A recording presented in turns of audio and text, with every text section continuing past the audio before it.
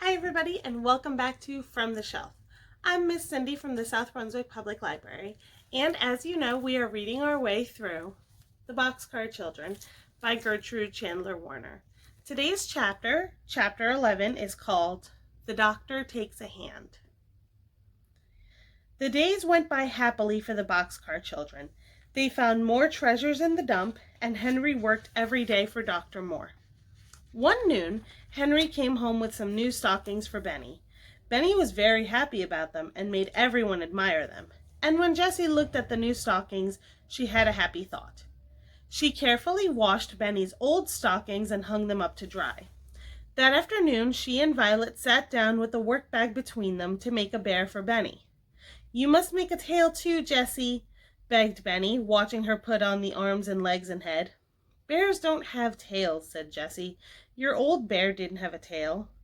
"But this bear must have a tail," replied Benny, knowing that Jessie would put on two tails if he asked her to. "What kind of tail?" asked Jessie at last. "Long and thin," said Benny, "so I can pull on it." "Benny!" cried Jessie, laughing. But she made a tail long and thin, just as Benny had ordered. "What's his name, Jessie?" asked Benny when at last the bear was handed over to him. "I haven't thought about a name," replied Jessie. "Why don't you think up a nice name for him?" "Well, you made him out of my old stockings. Let's name him Stockings." "All right, Stockings it is," agreed Jessie. And from that day on, the bear's name was Stockings as long as he lived, and he lived to be a very old bear indeed. One afternoon, Jessie saw how long Benny's hair was getting, and she cut it with Violet's scissors. Benny stood quietly while she did it. But while his sisters were getting supper, he said to himself, "Jessie cut my hair. I'll get Violet's scissors and cut Watch's hair. He will look better." He found Violet's scissors and made Watch lie down on his side. Then he began to cut the hair off. Benny said, "Good dog, Watch. You are Jessie's dog, and so I will cut a J in your hair. Hold still now." Watch lay still, and Benny began to cut a J. It was not a very good J, but it looked a little bit like one. Soon Benny had cut off all the hair on one side with a J in the middle.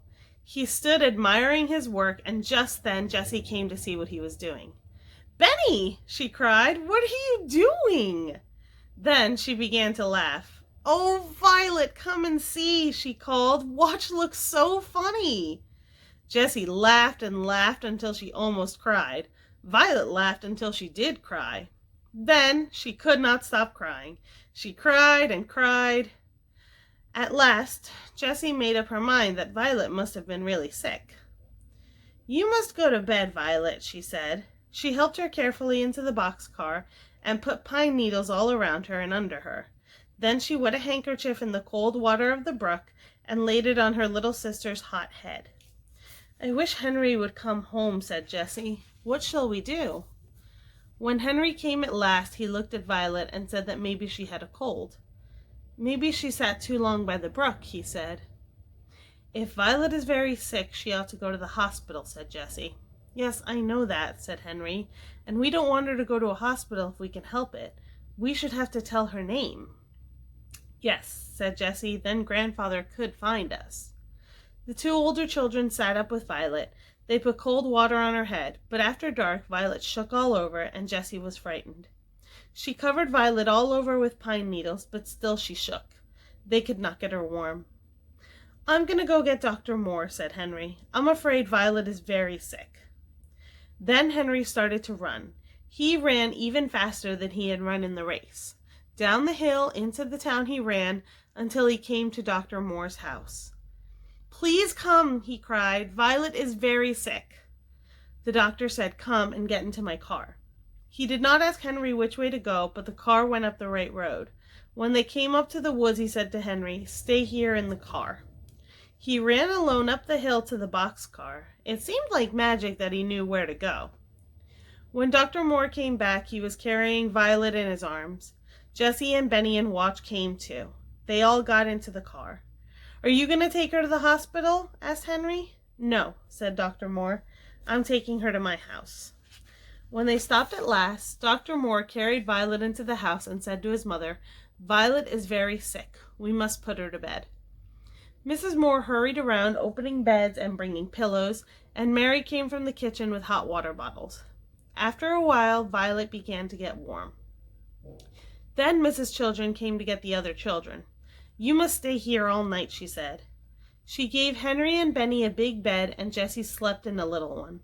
But Violet was so sick that the doctor did not go to bed all night. He would not leave her. He sat by her side until 10 o'clock in the morning. Before 10 o'clock, a man came to see the doctor. Mary told him he could wait, so he sat down in the living room. Soon Benny came in. "Where is the doctor?" asked the man crossly. "He is up in Violet's room," answered Benny. "This means $5,000 to him if he will come down," said the man. "Oh, he can't come now," said Benny. "What do you mean, boy?" asked the man. "What is he doing?" "He's taking care of my sister Violet," said Benny. "She is sick." "And you mean he wouldn't leave her even if I gave him $5,000? asked the man. "Yes," answered Benny. "That's what I mean." Then the man said, "You see, I have lost a little boy, and I think the doctor knows where he is. My little boy is just about as old as you are."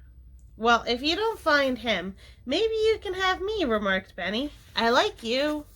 "You do?" cried the man. "Come and get at my lap." Benny climbed into the man's lap. "Have you got a dog?" he asked. "No," said the man. "He is dead now. But you can see him in my watch. Here it is." Benny looked at the dog. "He looks like a very good dog.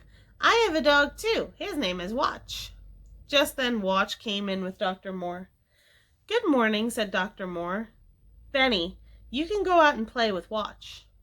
Benny ran out, and the man said, "Dr. Moore, where are my grandchildren?" "That little boy is one of them," said Dr. Moore quietly. "That beautiful little boy," said the man. "Yes," said Dr. Moore. "They are all good children, but they are afraid of you. They are afraid you will find them."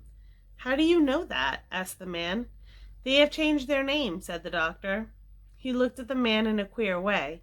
"The big boy changed his name on field day. You saw him then." "I saw him?